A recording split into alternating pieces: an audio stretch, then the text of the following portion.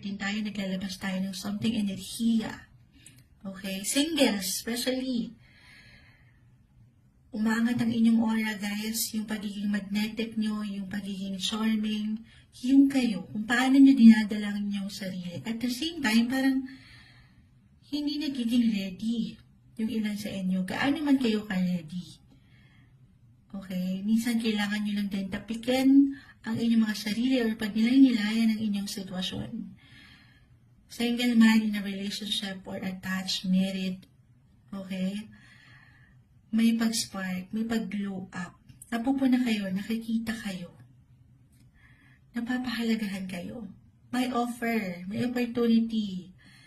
Parang nagkakaroon tuloy ng blockage or parang ng barrier dahil hindi totally na isi-celebrate yung kayo sa isang relasyon.